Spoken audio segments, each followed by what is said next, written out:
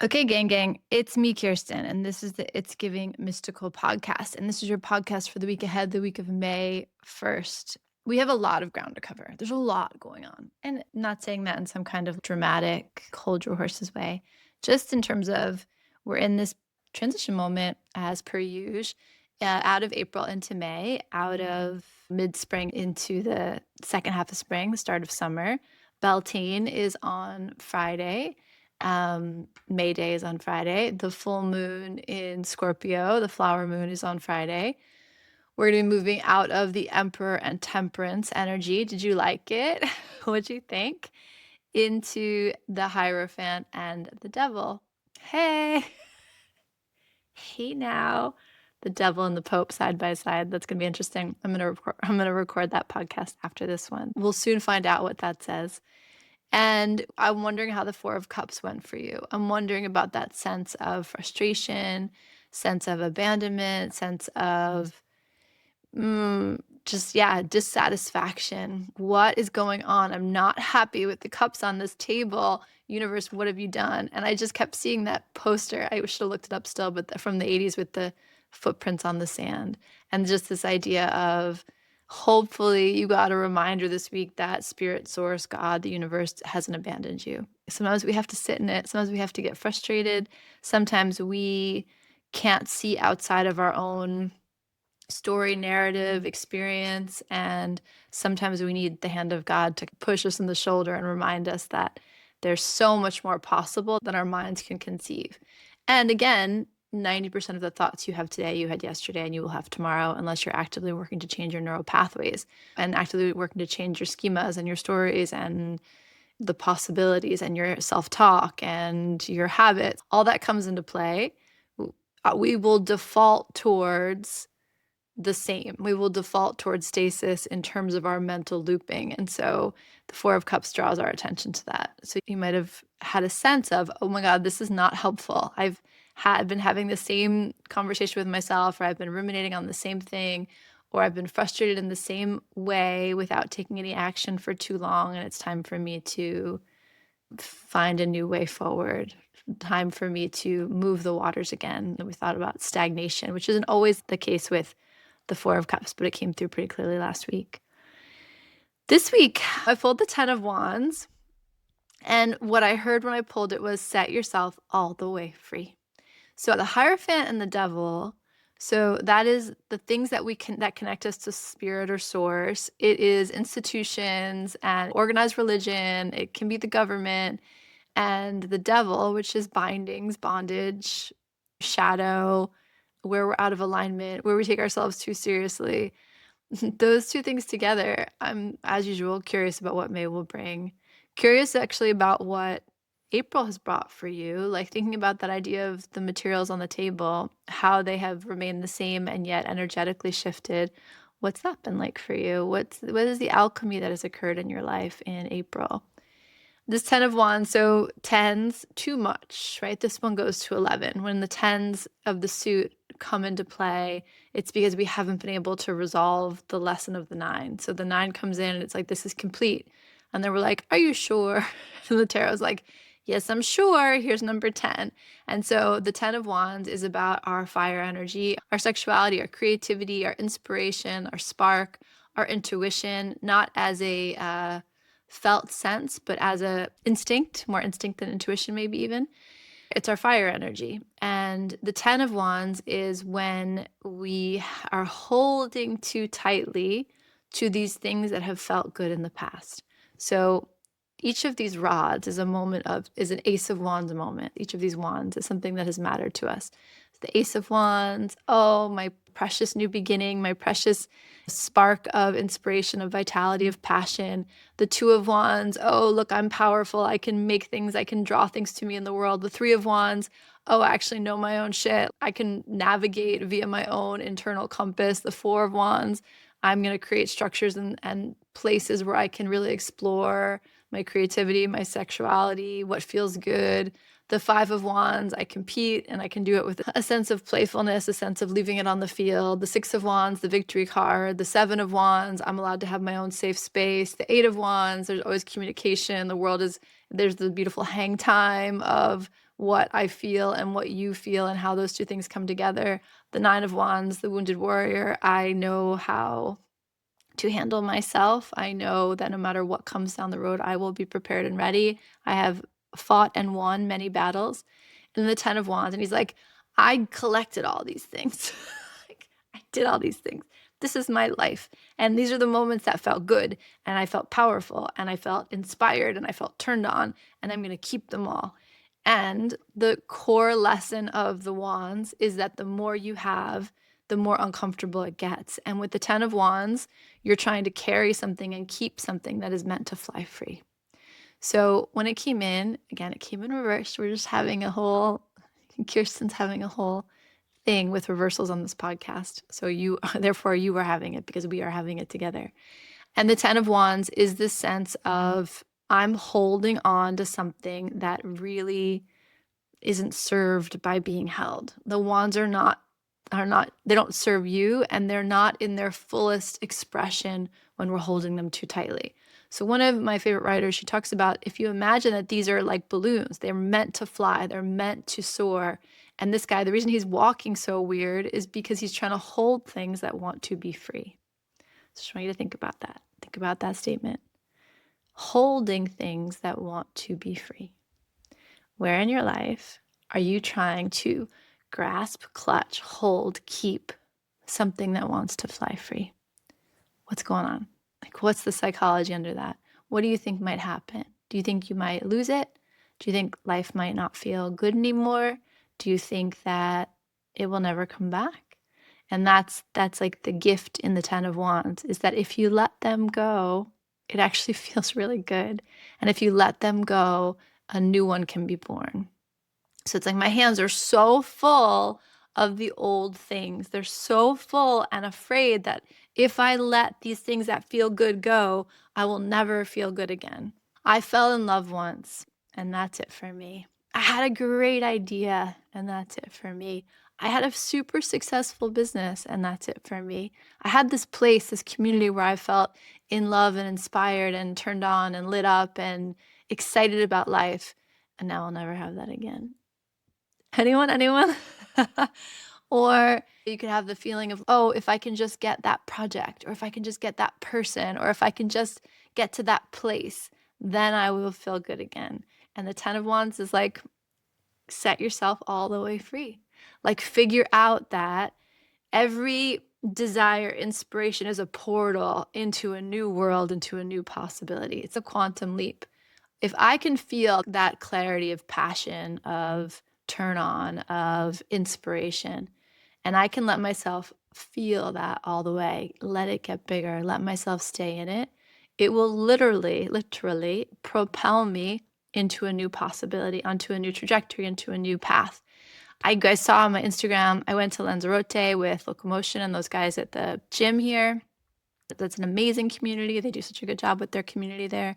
But we went and it was volcanic land. And I had never been someplace volcanic before. And it was an amazing trip, but I did not sleep very well. And I'm pretty sure I was having some kind of energetic exchange with the lava, with the volcanic stone. And the last night we were there, we had to get up very early for our flight. And all night, this is where it's fun to be me. All night I kept feeling the truth of this image that we had all stepped out of time onto this island. And while we were on the island, what I saw was we were in a neutron collider, which I don't even really know what that means, but that's what I was being shown. And we were spinning. And then when we left on the Aries new moon. We literally popped out, each of us, onto a different trajectory than we would have been on had we not gone to this island and been there at this moment in time with this group of people. It was like kind of psychedelic, very Lost, very like the TV show Lost. Time stood still. And we just circulated, and the stone worked on us, and the land worked on us. And our interactions, I didn't know really any of these people. And we like had all these like interesting, beautiful interactions. And then we were shot off onto a new timeline. I'm telling you this story because this idea of, I just went there because I've wanted to go there, because I feel like this is a place I need to be. I knew it was going to be rich. I didn't know why, but I knew it was going to be rich. And I went there, and this whole thing happened. So it's like, that was the portal. Why are you going there? I don't know why. It just feels good. It feels right. Okay, walk towards that. This whole thing happens, and it literally pushed me onto a new timeline. I'm pretty sure about it. And one of the things I saw in that vision was that we all knew it was important now, but we were going to look back on it in years and be like, that moment, something happened right there. And I just saw that, right? It was this beautiful sight into that, the truth of that experience. But that's happening all day. You see something you want to move towards, trust that fire energy, trust that passion, trust that light that pushes you towards it. Again, like not to become more attached to the thing, but to feel more alive in your body, to feel more alive in your life. And if we keep following these instincts, these emotions, these calls, these passions, these desires, they pop us out into new worlds, new possibilities. And if we don't follow it, we kind of stagnate and we do what this guy's doing in this card. I had it once, felt good once, and the artist is like the perfect example of this. I made something beautiful. I did it, so now I'm just gonna hold it and keep it and stay here with this beautiful thing I created. When whatever that beautiful thing is you created, it's time to move on. Like, what else?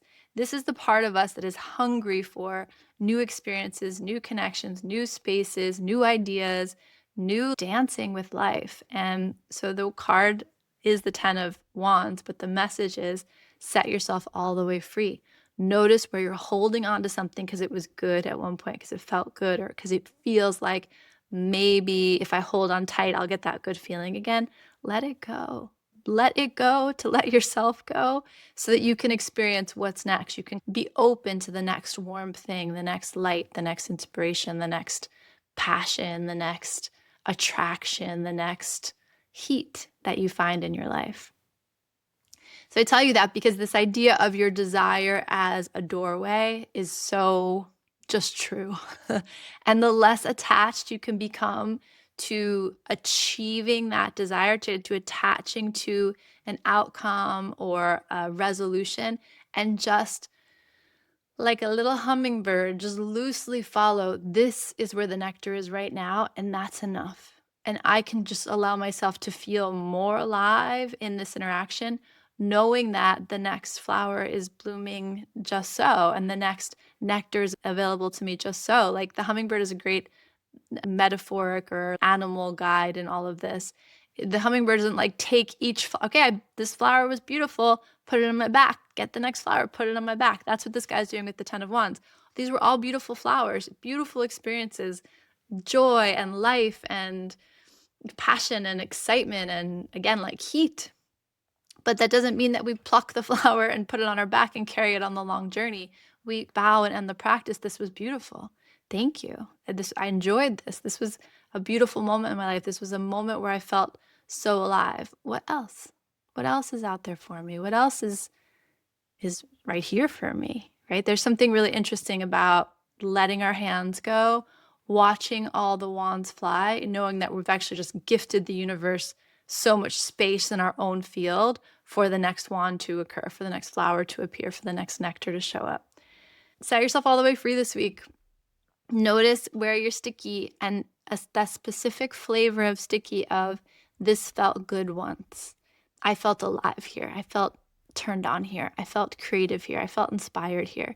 Okay, if you still feel that way, awesome. Open your heart to that. But if you're holding it because it once was, but it doesn't have that quality of life for yourself, for the thing, for your own fire, for the light of the world, let it go. Set yourself all the way free. Probably in a 10 of wands week, that contrast between what is a live warm thing and what is an old warm thing is going to be very, very felt. And it's going to require courage on your part to trust that if I let this thing go, if I let these good things that felt good at one point go, that something new will appear. That's a leap of faith in that. There's an act of faith required.